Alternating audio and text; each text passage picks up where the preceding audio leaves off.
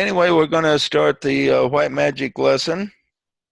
We've been talking about cycles and how um, the cycles go from positive and negative, and there's no way to avoid cycles in your life. But DK tells us that we can be in charge of the cycles by being the observer and then reaching that midway point where you're neither hot nor cold or wet or dry, so to speak. So you're at the midway point where you watch the cycles and then you understand the cycles that come and go, and then you make the best of them. So you have cycles where, for instance, where you feel more like being a student, and then other cycles where you feel more like giving out what you've learned. And when you realize that this is a part of a male-female giving, sending cycle, then you can get in charge of it. Rather than, for instance, if you feel drawn to learning, you need to realize, this is like where the flow is sending me. So, maybe I ought to plunge in and take advantage of this learning. Because when you go with the cycles, it's like going with the stream. If you try to row upstream, you're going to have a hard time at it. Yeah, it's possible, but it takes a lot more effort to swim upstream than to go downstream. So if you understand where the stream is going, you can go with the stream and get there a lot faster. Same thing with the old ships that operated off sails. They adjusted the sails so they could trap the wind and take them anywhere they wanted to go. They didn't necessarily went in the direction the wind blew, but they captured the wind going the directions they wanted and then used that wind to sail anywhere in the world they wanted to sail using the sails. So that's how Columbus, for instance, came to America, using ships with sails on. And by capturing the wind and controlling it, or controlling, not so much controlling it, but using the direction it was going, they were able to sail to America, and then they were able to sail back, even though as they sailed both directions, the wind went all kinds of different directions. But the sails were able to capture and make use of the direction that the wind was going at the time. And then when the wind wasn't going the right direction, of course, then they fold up the sails. So, maybe the boat just stays still, doesn't do much for a period of time. And so this is the magic of the midway point. Rather than just being blown to and fro like a leaf in the wind with no direction, he tells us we need to be more like a sailboat, so to speak, where we capture the direction of the cycles, so we use them to our advantage. And this is the key to being one of the keys to being a white magician, is to be able to do this. Those who are not able to do this complain of being a victim, that they're at the whims of the gods, so to speak, and they don't have any control over their life. But the way to assume that control is to stand at the midway point, see where the cycles are going. Now, the cycles, there's a lot of different cycles, and he puts a lot of emphasis on the cycle of light and dark.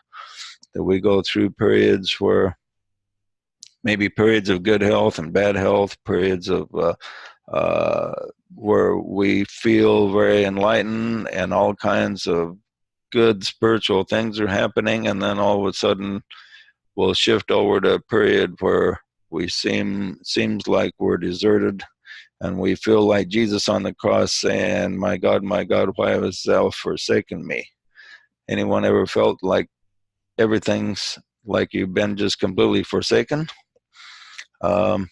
Probably one time or another. I know several times in my life I have felt that way, and I think every spiritual aspirant has had that feeling that he's just been forsaken over a period of time. And this is the key. The key, he says, is to recognize the cycles. The cycles, like the wind, it's unavoidable. If you go outside long enough, you're going to have a wind come up, and the wind will be blowing a certain direction. If you're in a lake or a river or a body of water, the flow of the water will be one direction or another. And so we need to use the direction of the energies with intelligence to be able to arrive at the goal that we set for ourselves. Okay, any comments on that before we move on?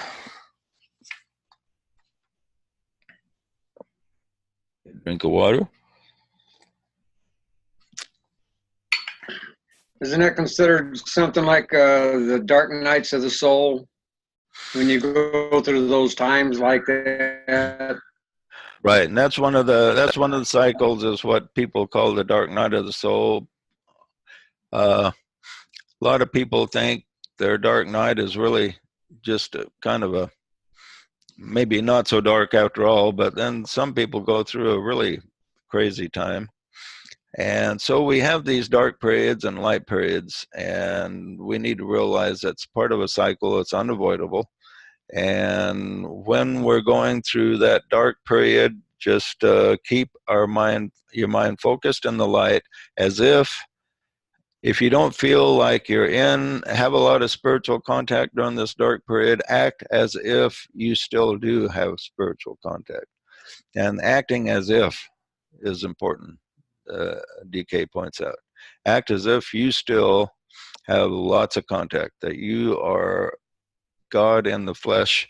You're connected to the big guy up there just as much as you ever were.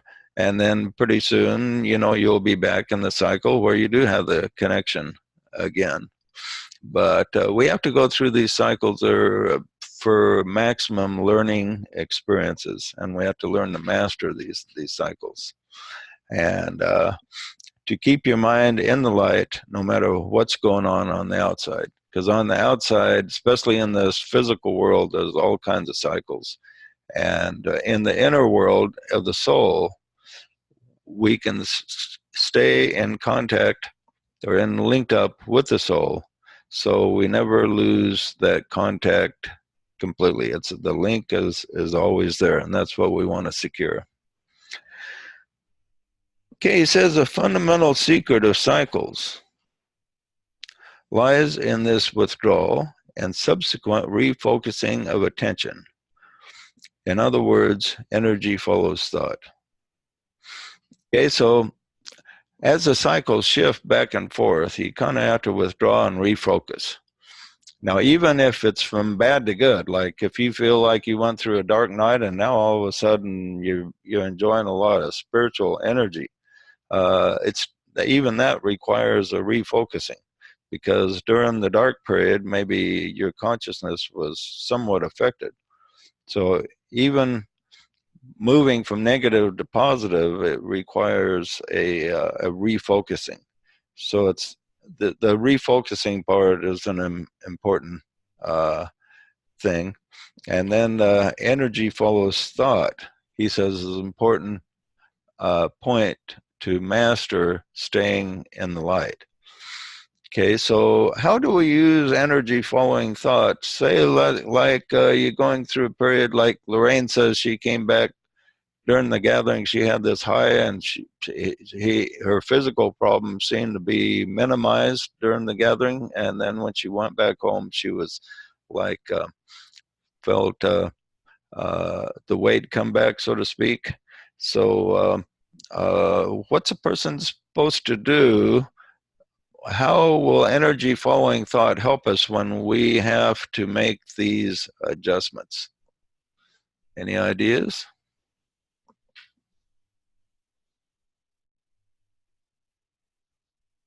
Well, I think it's something like you gotta, like you say, keep your focused on the highest that you know.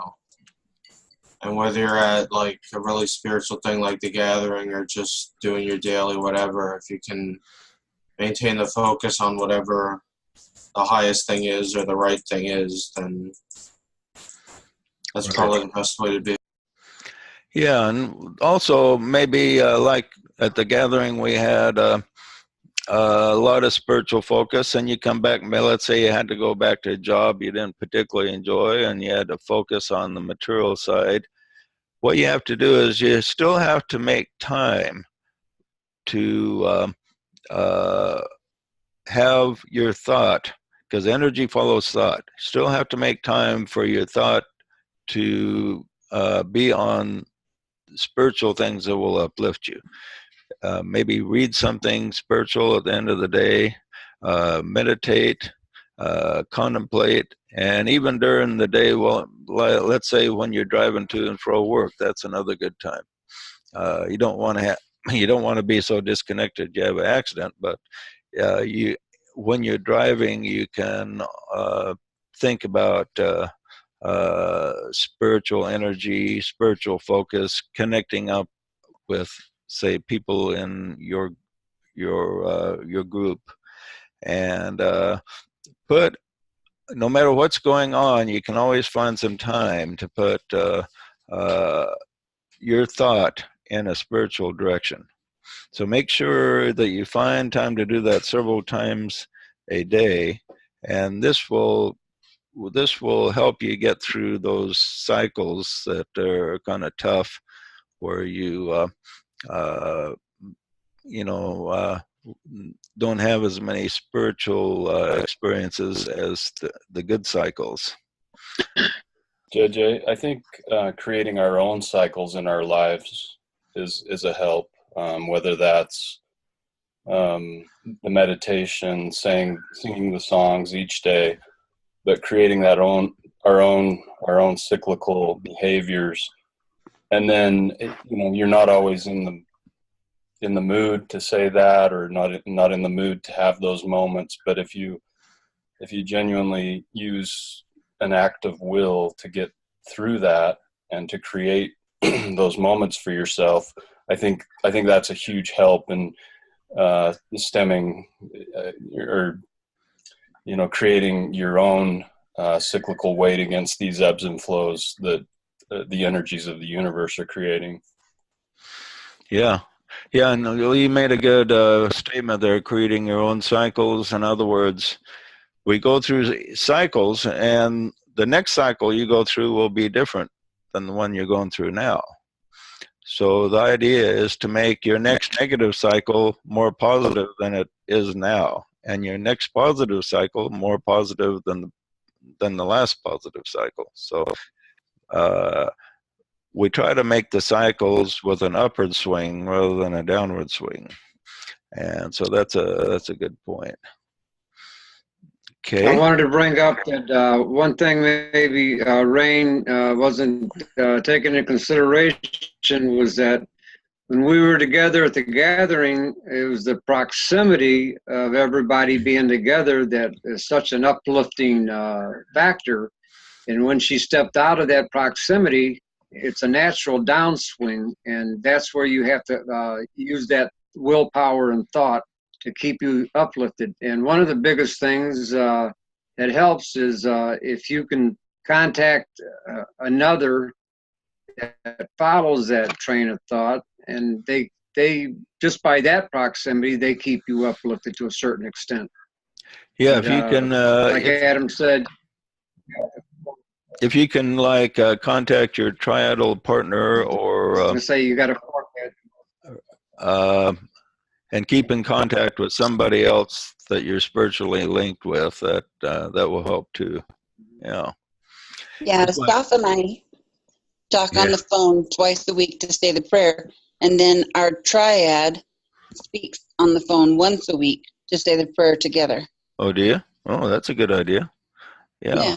Yeah, anything you do to link, and just linking up the way we're doing once a week here, that helps a lot. Any type of link that you make to people of a similar vibration will empower you.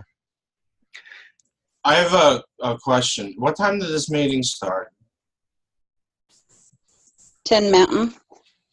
Yeah, 10? Yeah, I came because it said on the event that it was starting at 10:30. It did? Yeah. I don't know if anybody else saw that, but I looked at it earlier and it was Oh, said, no, don't tell. Let me look here. well, no, it says 10 now, but I looked at it several times. It said 10:30, 11:30. I don't know what that was about, or I was just imagining it, or if anybody else saw that. Huh. I see, it says 10 o'clock on the event. It's not beyond me to make a typo like that, though. I've done it before. I'll check it out. Yeah, if that's the case, I'm sorry about that.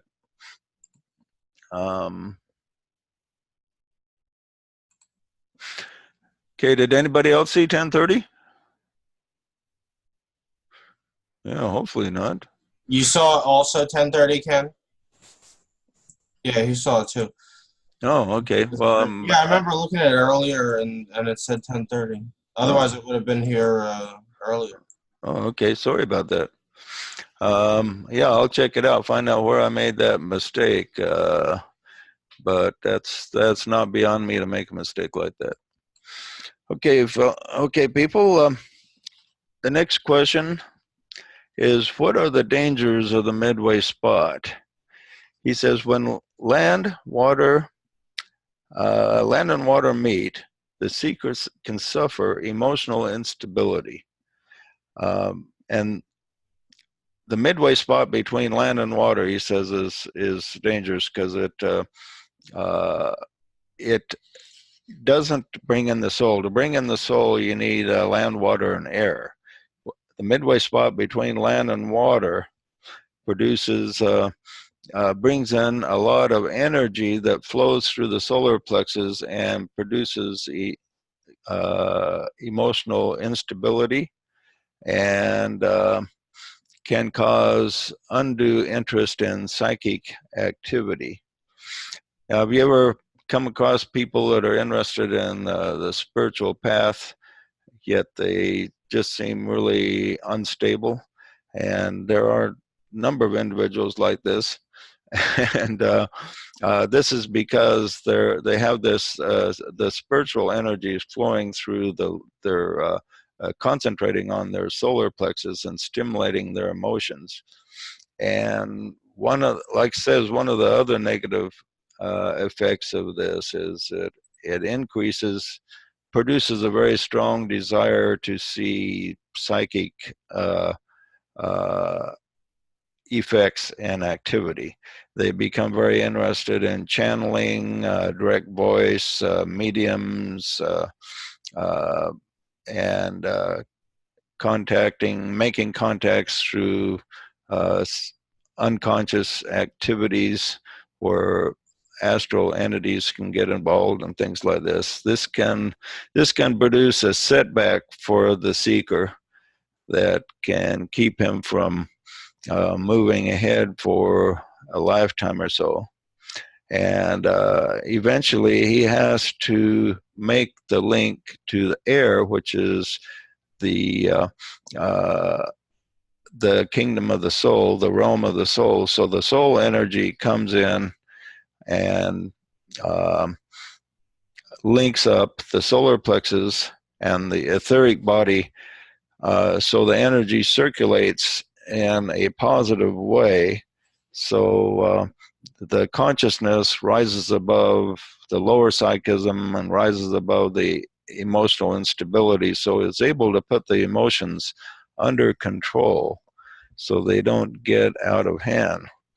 How do you think by the emotions getting out of control, is that just people getting angry too much, or what do you think he means when he talks about the emotions getting out of control? Does it mean for the spiritual seeker? How does that manifest, do you think?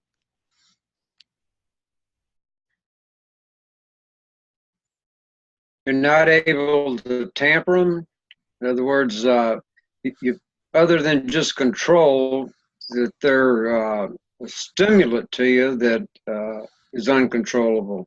whether you're angry or crying or happy, not controlling the emotions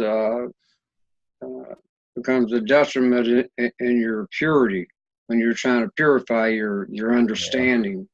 Right, and it's important to understand that by the control, he's talking about not just controlling yourself so you don't get angry and things, but or too emotional from the normal aspect. But one of the problems is glamours, where a person starts to feel self-importance, especially if he has a little bit of psychic activity going on. He might get a feeling of extreme self-importance, or he may be think he's achieved nirvana because he's got a little bit of spiritual flow going through him, and but it's just going through his emotional self, making him feel a little bit of what he thinks is bliss. And so the guy thinks he's found it. Remember that bumper sticker the Christians used to have saying, "I found it," meaning they found Jesus, so their search is now over. There's no more searching involved because they found it. And this is a trap that also a lot of New Agers get into. They think they found their guru, they found their nirvana, they found that that special place that where they're not going to have to go through any more rebirths or anything. And so this the emotions can be played very negatively, and by ourselves, unless we step in and control them through the will of the soul itself. Okay, he says when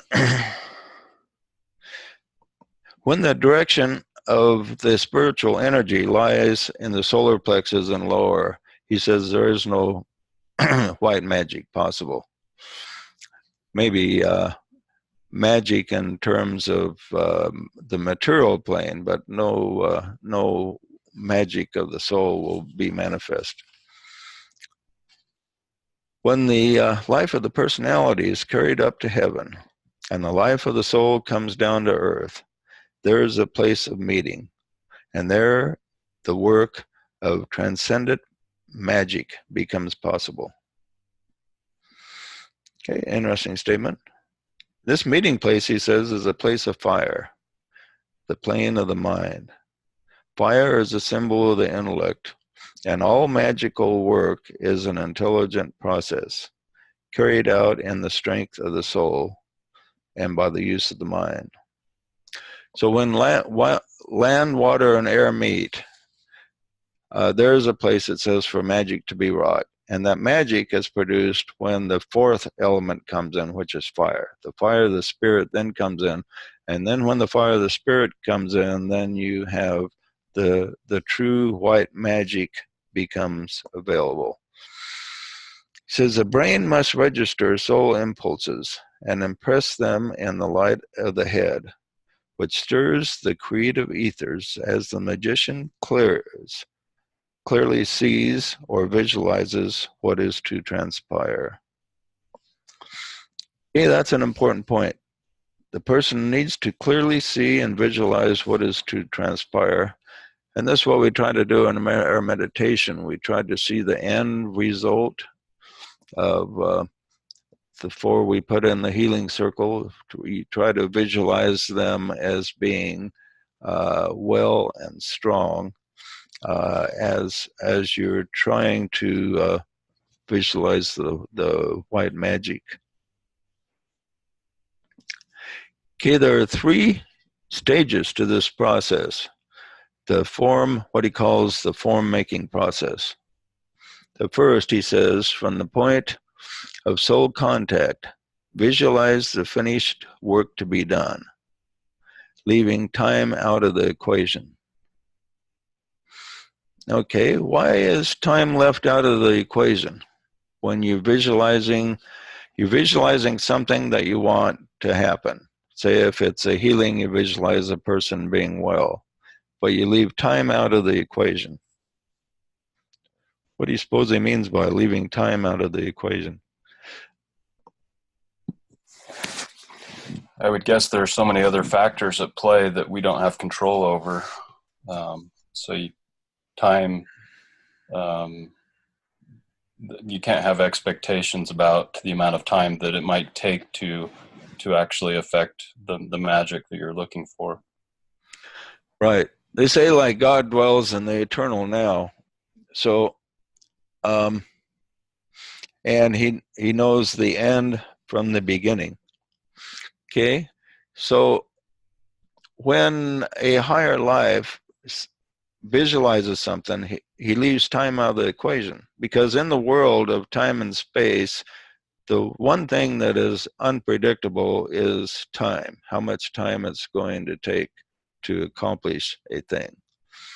When Leonardo da Vinci painted the Mona Lisa, he didn't know how much time it was going to take him. He had an idea maybe, but maybe halfway through he didn't know whether to make her smile or not, or whatever, and maybe he had to do a lot of thinking about it. So the time was not a part of the focus for a master artist. What was the focus was the finished product, and how long that will take, you never know. And you look at the great accomplishments that we've had in human history, and many of them came in behind schedule, but they were completed according to the initial visualization. And so the point is, say even with healing, maybe that person won't be healed right now. Maybe there's something, a lesson to be learned first. So we have to just take time out of the equation. On the other hand, maybe they will be healed right now. So take time out of the equation, visualize the positive event, and then let the soul do its work outside of time. Okay. Second stage, he says, the mind responds to the soul and attempts to reflect the accurate thought form on this plane. So what happens is the student has to pick up, make his thought in harmony with that of the soul. Try to pick up the thoughts of your actual soul. And then have your mind reflect those thoughts. So the soul itself will assist you in producing a thought form that will be floating in your higher mind. Okay, so let your lower mind kind of tune in to that thought form that your soul is helping you to create so that it can manifest. So the student should first experiment with a magical work on himself. Well, this is an interesting point. People think, well, I want to do these great things out there and accomplish a great work. He says the work each of us needs to start on is with ourselves. The student must decide what he wants to become, what spiritual qualities you want to manifest. And he says, part of the process in doing this, we need to see ourselves as the ideal person. Okay? Like Adam over here, he's pretty much the ideal guy, right, Adam? Now, are you? What are you talking about? So can you see yourself as being the ideal person? Is that hard for you, or easy, or can you? What do you think? Can you do that? What ideal person are we talking about? We better ask Marnie. Oh, well, she sees you as the ideal person, I think. I can see I can see progress, but it's slow. Okay. Well, you need to maybe up the ante a little bit. See yourself as, visualize yourself say this is something we could do. The ideal person in most people's minds is Jesus. So visualize yourself as Jesus back in Jerusalem, and walking around, and you see somebody and you heal them, and people start paying attention to you and come to you to be healed. And you have all these powers. Visualize yourself with all these powers, and you were back then in Jesus's body with him. And visualize how you would handle it if you had like 12 disciples. They came to you, and they want to learn from you. And well, what are you going to teach them? Okay, visualize yourself. You're surrounded by these 12 guys, and they're just regular guys: fishermen, tax collectors, rebels, uh, a doctor, just kind of regular people.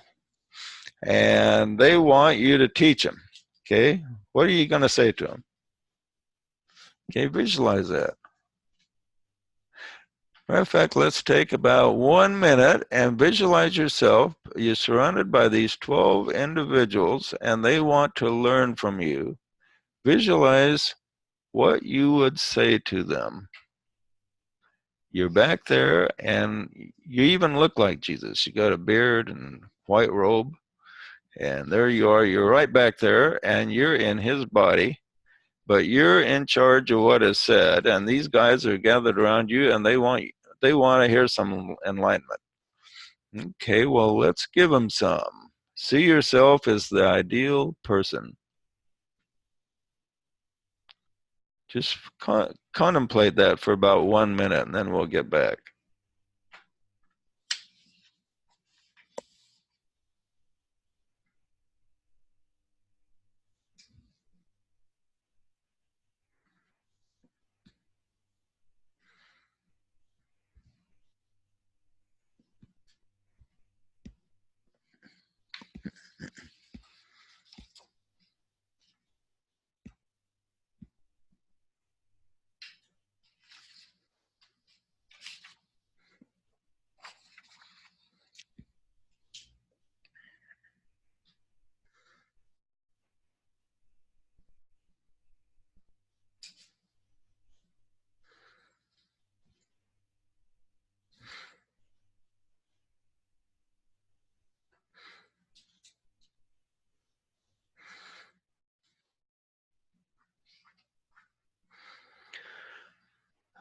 Okay, so was your group amazed by what you told him? They think, wow, this he knows what he's talking about. Okay, well, let's hope so. He says, the disciple must assume the qualities that he wants to manifest. Okay? Try to assume the qualities that you want to manifest. Okay, well, the big thing that slows us all down is guilt is a really big thing, or just it just might seem odd to assume that you could be like Christ. Might just seem presumptuous or something, but pick maybe one quality at a time. Like one thing we all want is some wisdom. So let's assume that visualize yourself surrounded by people, and you are a source of wisdom. So visualize yourself as assisting people to step up to the light because of wisdom manifesting through you. And as you see wisdom manifesting through you, your soul will come in and assist you and give you the wisdom that you need to assist. As you serve, power will be given to you to serve and serve better. Okay, the third thing he says, the brain is then synchronized with the mind, and the mind with the soul, and the plan is sensed. Okay, now you need to keep in mind that there's a difference between the brain and the mind. What's the difference between the brain and the mind? He says the brain is synchronized with the mind. So he talks about the brain as being separate from the mind. But the brain is like a giant computer, and the mind is like the operator that uses the computer. So the mind is able to give the brain direction. And the mind has to be synchronized with the brain so that they work in harmony together, like you and your computer are synchronized. So you're in the right program, got the right program. If you're on your computer and got the wrong program open, and you won't be able to be efficient in what you're trying to do because you don't have the right program. So you got to get the right programming in your brain and your mind synchronized together so that they can function harmoniously. He says a thought form exists in the place of brain activity and draws these appropriate forces. So the thought form exists right in the brain itself, he says, planted there by the soul.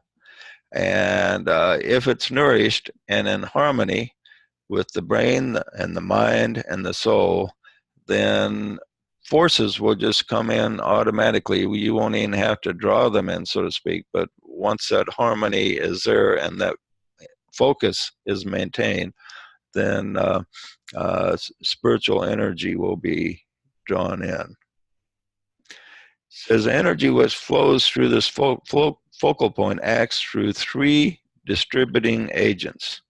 One, he says, is the right eye, through which the vital energy of the spirit can express itself. And second, he says, the throat center, through which the word, the second aspect of the soul, expresses itself.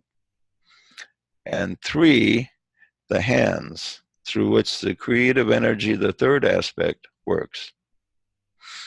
And then he says this: the white magician works with the eyes open, the voice proclaiming, and the hands conferring. So it's interesting. He says eyes open, even though he says the main power, he says, is through the right eye. This is the eye that represents the will or the power energy. Okay, so focus on the right eye, and then the throat center, where the second aspect or the love energy flows out the throat center, and then the hands, which is intelligence and matter, which is represent power to create reorganization and form itself. And so with the eyes open, the voice proclaiming, and the hands conferring, that kind of reminds me of the ordinance in the Mormon church for healing the sick. Also, in the time of Jesus, they did the laying on of hands. And the way laying on of hands normally works, they lay on the hands on the person, and then they pronounce a blessing. But they usually do it with the eyes closed. It's normal in prayer to have your eyes closed. But he says you need to work with your eyes open. Now, this probably pertains more to the spiritual eye rather than the physical, but it's quite possible that rather than close your eyes during, say, a prayer that blesses the sick by the laying on of hands, that you can have greater potency by keeping your eyes open and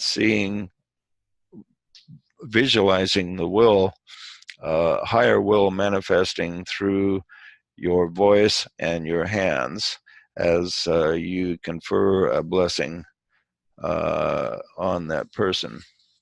So, next time I give a blessing like that myself, I'll have to try it with my eyes open to see if I notice a different effect. And He ends with this. He ends this particular rule by saying, the inner vision may be ours. The eye sees clearly the glory of the Lord, and the voice speaks only in benediction, and the hands be used only in helpfulness. May well be the prayer of each of us. Okay. So the hands, the eyes, and the hand. Oh, excuse me. The eyes, the voice, and the hands are the three instruments here. So there he ends this rule. It's an interesting rule to consider. And next rule, I just basically will introduce it, and then our class will be over here. The rule number 9 is condensation next ensues. The fire and waters meet. The form swells and grows. Let the magician set his form upon the proper path. And here he talks about the necessity for purity, and I'll just kind of foreshadow what we're going to be talking about next week. For purity, what he's talking about when he talks about purity is purity of motive. He says is extremely important in the work of the white magician. And what should be our motive? What's the difference between motive that is positive for the white magician and that which is not? What do you suppose? Any ideas?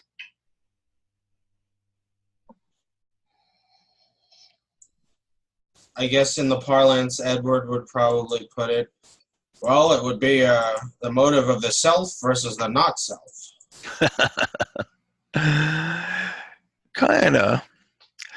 Yeah, he points out that the motive of the white magician will be based on higher will perceived through the soul, and that will consume his motive.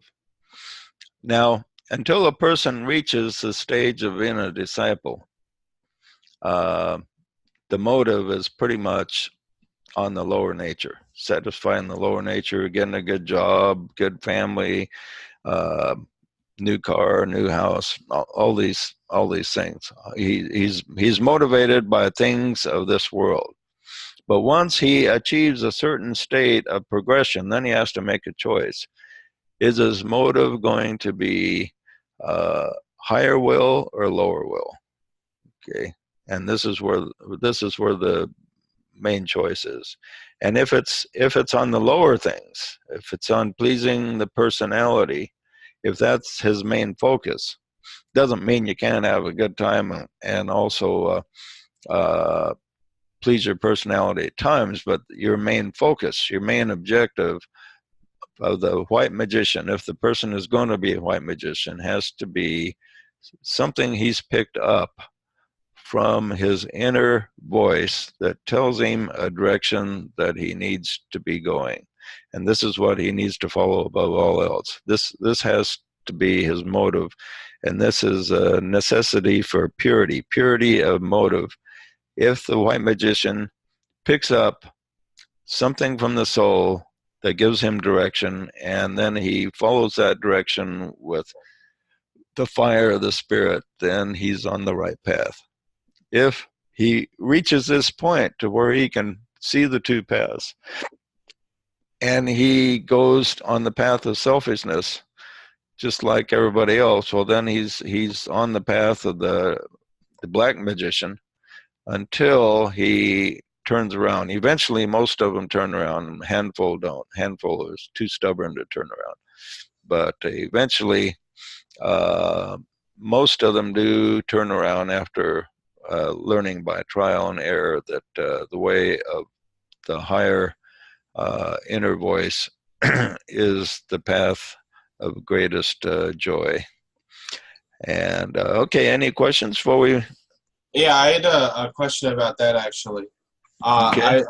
maybe I should post this on the keys so you can talk about it there. But I read this passage in the Seven Rays recently, and it seems to contradict what you were saying about how the left-hand path is chosen between the second and third initiation. You want me to just read it here? It's like a paragraph. Sure. All right. Water search. All right, I'll just read the whole paragraph here. Thus he goes from strength to strength. All the time the hierarchy is aiding in his development and at the same time protecting the way from him until such time as glamour cannot reach him. This individual security of his is only reached between the time of taking the second initiation and the third. Prior to that, he is still regarded as a potential hazard and as unstable. After that, he may suffer from illusion, but there is then no fear of his permanently turning back and reaching the left-hand path, and so perhaps, in rare cases, finding his way into the Black Lodge. The major liability of the average initiate is sloth or lack of speed. Ponder on that. So what he's saying is that only first-degree initiates can find their way onto the left-hand path. That if they've overcome glamour, then that's not. No, you don't overcome glamour till you pass the second initiation. I know that, but that's what he's saying is it doesn't happen then. That only first-degree initiates can find their way onto the left-hand path. I didn't get that from that. What page are you on? Yeah, I'll post it. It's page 156. Okay. The last part of 155 and Raise an initiation. Yeah, it sounds like he's talking about between the second and third initiation there. Well, no, he says at that point, then they're safe. But before that point, they're a potential hazard. Okay, well, you want me to post it on the keys, and maybe that'll be a good discussion, or? Yeah. Well, the molecular group anyway. Let me. All right, I'll post post that link on a molecular group, and I'll take a deeper look at it. All right, sounds good. Yeah, it doesn't seem to contradict anything I've said. I'll have to take a deeper look though and see what it says there. Okay. Because yeah, I know the first initiation. Passing that, the person still isn't secure because he's still subject to glamour. And then after the second initiation, he's still subject to illusion. And Hitler himself was a second-degree initiate, the DK tells us.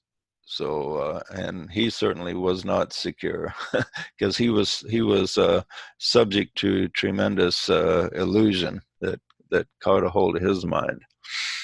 And okay. Let's go. Let's end with the song of eternal life, since everybody seems to be interested in getting charged up and recharged. That is a good one for that. And if you have it in front of you, go ahead and use it. If not, well, just follow me. I'll say it slowly so you can follow along.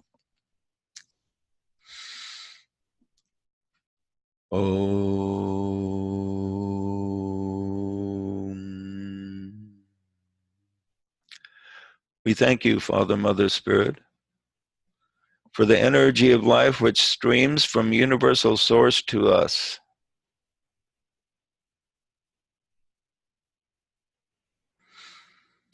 For the life that circulates through each atom and cell, permeating our entire bodies and minds.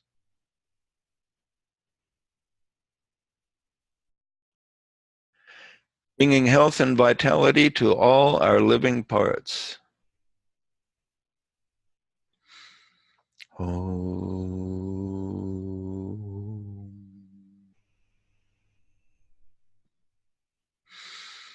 We bask in this life. We feel the life. We are the life. The life which knows not corruption. The life which makes all things new. the life which always is. Om.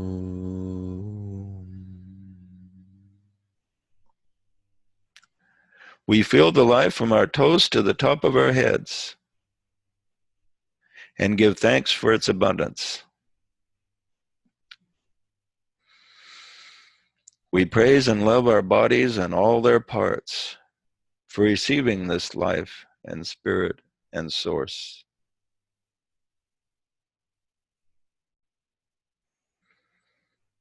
We praise body, mind, soul, and spirit for receiving without ceasing.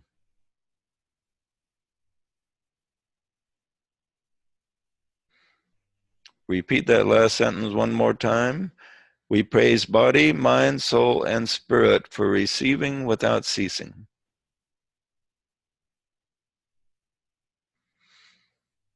Ah.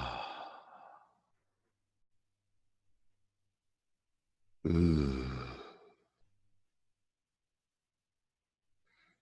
Mm.